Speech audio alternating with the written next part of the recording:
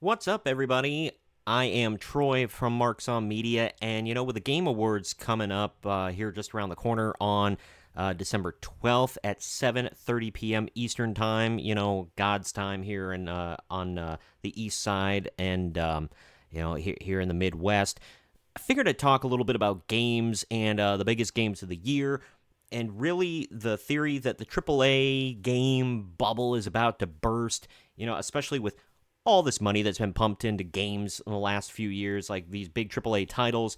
And these studios are like, oh, it's fine, hundreds of millions of dollars, whether it be their own funding or government funding or, whatever the hell, like Concord got just ridiculous amounts of money and took like 8 years to make. And within a month, they took it down. Nobody played it. Nobody cared about it. And they acted like, oh, this is going to save Firewalk Studios or whatever. It actually shuttered Firewalk Studios because it was such an unmitigated disaster. And there are, many such cases. But we're going to talk about all that and what the situation looks like for Game of the Year moving on into the Game Awards. Like I said, December 12th. But first, if you notice, I got a new a banner here or a new border around. You can see all the social media information, YouTube, Rumble, all that good stuff. So if you could go to all that stuff, follow me. Subscribe on YouTube, follow me on Rumble and all that stuff. I'm also on Blue Sky. You search for Marks on Media. I only use it to share my stuff, but if you reply to me or if you message me or something, I'll talk to you on there. I'm on Getter. I'm on True Social. So I'm all over the place. So if you want to get in touch with me, there are a bazillion different ways to find me. But let's get into the subject right now.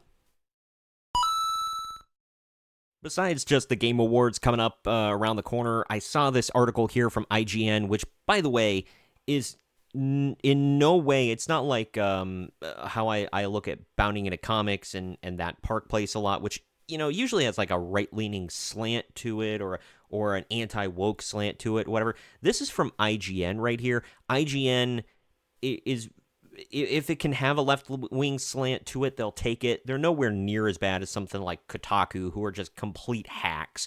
IGN is very memeable. And they're down with the woke and all that stuff too, but they're tolerable sometimes. Like I still go to them for breaking game news and stuff like that. They're not totally crap. So if IGN is writing an article like this, that some things are getting serious here. But let's take a look at this article before we get into the Game of the Year stuff. It's titled "The Blockbuster Games Bubble Has Burst. The AAA Industry's Survival May Depend on Smaller Scale, creatively diverse games." Yeah, creatively diverse. That's the kind of diversity that really matters in games and films and TV. Is not the same old recycled bullcrap over and over and over. Diversity of thought is the most important thing. So let's get into this here. The video game industry is currently in the thralls of a paradox. For players, it could be argued we're in one of the greatest times for gaming. Okay. There's incredible breadth of choice across consoles, handhelds, and PCs, made ever more accessible through gaming subscription services like Xbox Game Pass and PlayStation Plus. But for an industry perspective, things could not be more dire. More and more studios seem to be closing, original IPs are being scrapped mid-development, and vast legions of game developers, programmers, artists, and animators have been cut loose. To put it simple, the AAA video game bubble may finally burst, or has finally burst, rather. I will say, before I get back to the article, yeah, I mean, as a kid, I would have killed for some of the stuff that we have now. My kid, if she's into games, will have a lot more diversity of things to play, a variety of things to play, rather. If you want a retro game, it's easier now than ever to get your hands on retro games. Before, you had to have your parents take you to the store and buy you a game and whatever. You had to sift through all this stuff. You had to hope that it was good and buy it. Now, if you get on Nintendo, if you have a Nintendo Switch subscription, you have the whole library dating back to the original NES of games you can play. PlayStation Plus, similar thing. Xbox Game Pass, similar thing. You have retro gaming galore. You can get on Amazon. You can, The only games I have a couple of new games on my Christmas list and my queue of things I want to buy on Amazon. Most of the games I want that are on my wish list are older games. Like I want Final Fantasy VII. I want Final Fantasy X. There are a couple other Devil May Cry. I want the Devil May Cry series. The newest games I have on there are like Elden Ring and The Lies of P. But other than that, these aren't like real retro games per se, but I'm kind of catching up. I'm playing catch up. I'm not playing a lot of new games, and I feel like that's a lot of people nowadays. A lot of the newer games just don't look good. They aren't interesting.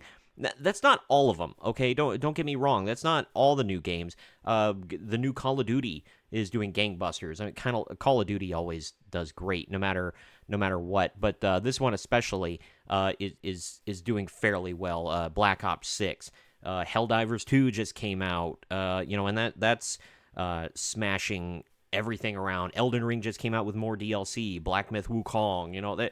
There's a lot of newer games that are doing pretty well. Stellar Blade, and we'll get into all of that. But those are the games that I'm looking forward to, and I feel like a lot of people are like falling back on older games. There's so many available to play nowadays in so many different ways that I just didn't have that option as a kid, But getting back into this, over the past 2 years, over 23,000 jobs in the video game industry were lost, with a staggering 6,000 in January 2024 alone. Over 30 video game development studios have ceased operations, including Arcane Austin, Volition, and most recently Firewalk Studios, which I talked about just a little bit ago. What's worse, this trend only shows signs of continuing rather than diminishing. How did we get here? Some analysts have concluded these closures and redundancies are a necessary remedy to companies having extended themselves in response to inflated demand in the market during the coup, I'll say, for the YouTube overlords. While that's undeniably a factor, I believe the truth lies in other long-gestating issues within the AAA project bubble. Just 5 years ago, AAA projects' average budget ranged from $50 to $150 million. Today, the minimum average is over $200 million. Call of Duty's new benchmark is $300 million, with Activision admitting in the Competition and Marketing Authority's report on AAA development that it now takes the efforts of 1.5 studios just to complete the annual Call of Duty title. Jesus Christ. That is insane. Good God. Like, what? It's far from just Call of Duty facing ballooning costs. In the same CMA report, as anonymous publisher admits to development costs for just one of its franchises reached $660 million. With $550 million of marketing costs on top, that is a $1.2 billion game. To put that into perspective, Minecraft, the world's best-selling video game of all time, has, of last year, only achieved $3 billion. It took 12 years to reach that figure, having launched in 2011. Damn! Good God. Yeah, and it's the same thing as Hollywood. And then talking about Sega's sci-fi shooter super game, Hyenas, was in development at a Creative Assembly for 7 years. Just as it was publicly playable for the first time via alpha testing, it was canceled. The reason Sega preemptively concluded Hyenas couldn't make its money back. Same thing with Blizzard, with Odyssey. It was supposed to be their newest IP in 8 years, and that got scrapped. I will say, like I said, IGN, I don't hate them like a lot of people on the internet do. I don't crap on them as much like a lot of people do that I honestly respect. Here, the current AAA publishing cull reflects a deep-rooted fear to engage with anything new and original. I mean, yeah, but the thing is, you can make original. You just have to not put so much money into it. Like, look at those budgets I just talked about, and the budget for Concord. I can't even remember how it was a lot. Okay, it was hundreds of millions of dollars they pumped into it.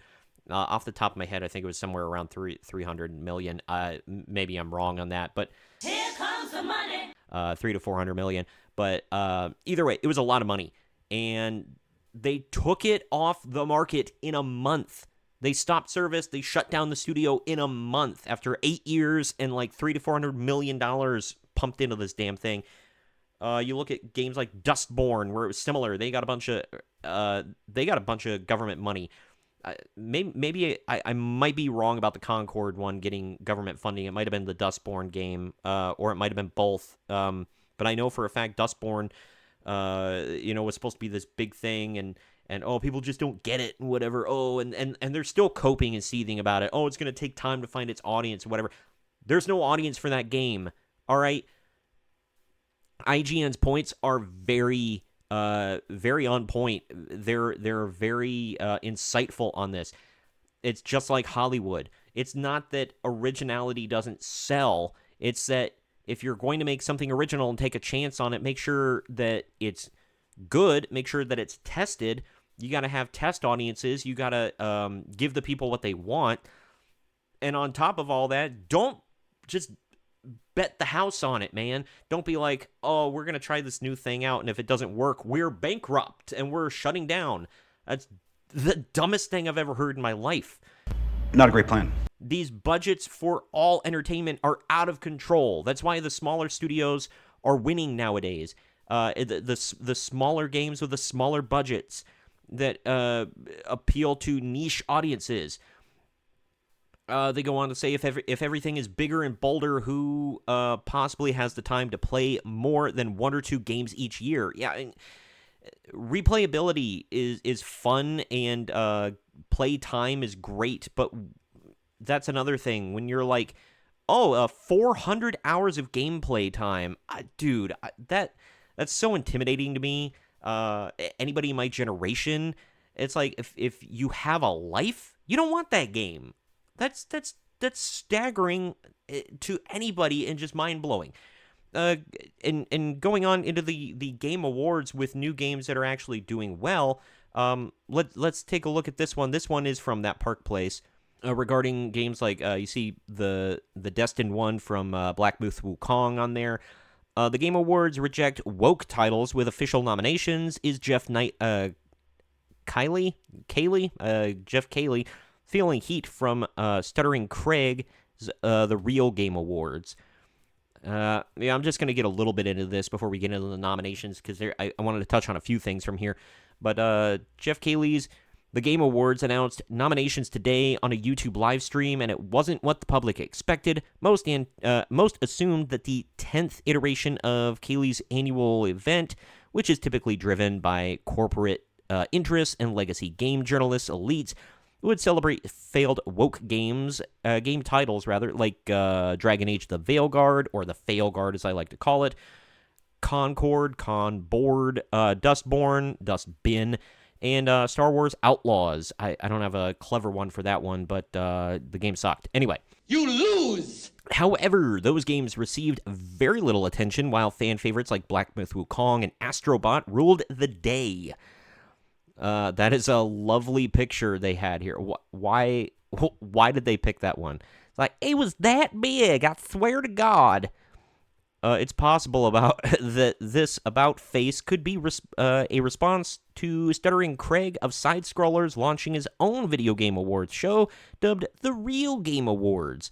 I mean, maybe, but as you can see here, Astrobot, Balatro, that I have not heard of that one, I'll admit. Black Myth Wukong, Elden Ring Shadow of the Erd Tree, Final Fantasy VII Rebirth, and Metaphor Refantasio. Metaphor is one of those, like, the anime-style games. I don't really get into them as much. I am watching the anime for Persona 4 right now, working my way up to Persona 5. Just wanted to check it out. Seemed like a cool concept. The anime's interesting. This was a big thing, honestly, as an aside, where they had to kind of change the rules a tiny bit to allow in Elden Ring Shadow of the Erd Tree, because it's an expansion pack, really, of an existing game. So they're like, can it really be Game of the Year? It's like DLC it's basically DLC is what it is, glorified DLC. And then there's Final Fantasy VII Rebirth, which is just a freaking remake. Another remake, which I want, by the way. I think it's a remake, or is it a sequel? Correct me if I'm wrong, Final Fantasy people out there. I don't follow it as much. I'm getting the remake, hopefully, for Christmas. But either way, the games mentioned above weren't even in the Games for Impact Awards, which celebrates thought-provoking games with a profound pro-social meaning, according to Kaylee. And I'm sure I'm going to get roasted on my pronunciation of that guy's name, but there you go. Those 4 titles, with their heavy-handed identity politics and social messaging, seemed poised to dominate that category, with many expecting at least one to appear for other big awards like Game of the Year, Best Game Direction, and more. If you can go check out my video on that called Dragon Age the Failguard, I include actual clips from the game if you want to see what it's all about. But the presentation was, of course, hosted by Keeley, a man who never backs down from an opportunity to be on camera, despite its listed start time of 11:30 a.m. Eastern. The stream began with a 30-minute countdown. Good grief. Who is he, a president? Once Kaylee actually appeared, the nominations took only 11 minutes to announce. By the way, I wasn't taking a shot at any particular president there. Every single president is, like, extremely late to every public appearance ever. It's true.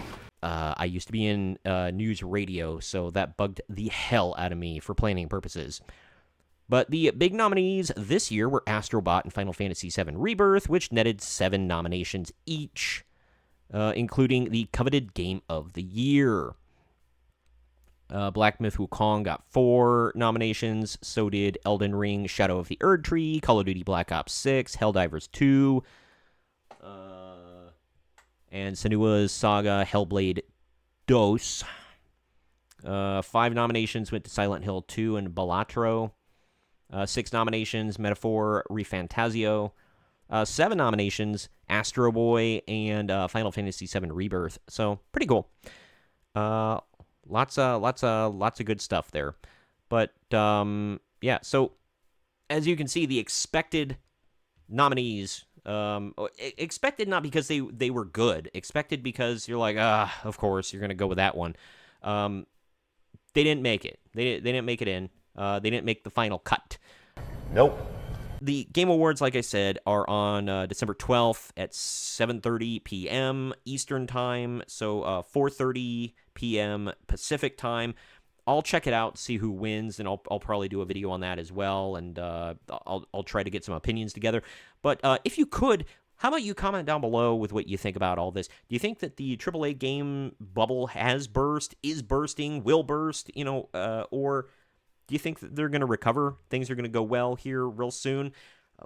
If yes to any of the previous things, what do you think that they need to do to get things back on track? And just leave that down in the comment section. Also, tell me about the Game Awards. What your predictions are. Who do you think is going to win? When? Where? What? And what your picks are for if somebody got snubbed or not.